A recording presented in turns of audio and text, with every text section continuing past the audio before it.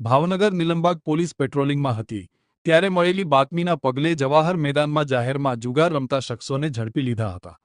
નિલંબાગ પોલીસે નવા ગુરુદ્વારા સામે જાહેર જવાહર મેદાનમાં જુગાર રમતા પ્રવીણ તરશીભાઈ ડાભી, રોહિત પપ્પુભાઈ નિષાદ, બલદેવ ઈશ્વરભાઈ પ્રજાપતિ, ઇમરાન મજીદભાઈ લોહિયા અને સલીમ મજીદભાઈ હબીબાણીને 11,730ની રોકડ સાથે ઝડપી લીધા હતા, જ્યારે એક શખ્સ અજય સવજીભાઈ મકવાણા ફરાર થઈ ગયો હતો। તમામ વિરુદ્ધ ધોરણસર ગુનો નોંધી આગળની કાર્યવાહી હાથ ધરી છે।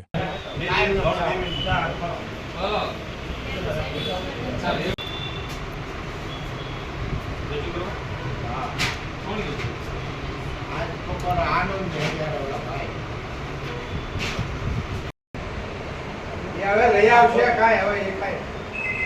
આ કોળા છે ઈ ગ્રાન્ટ મળશે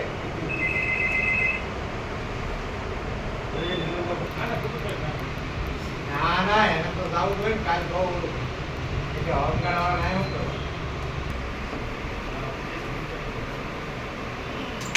જવા દીધો બોલો હંગાળે સાઈડ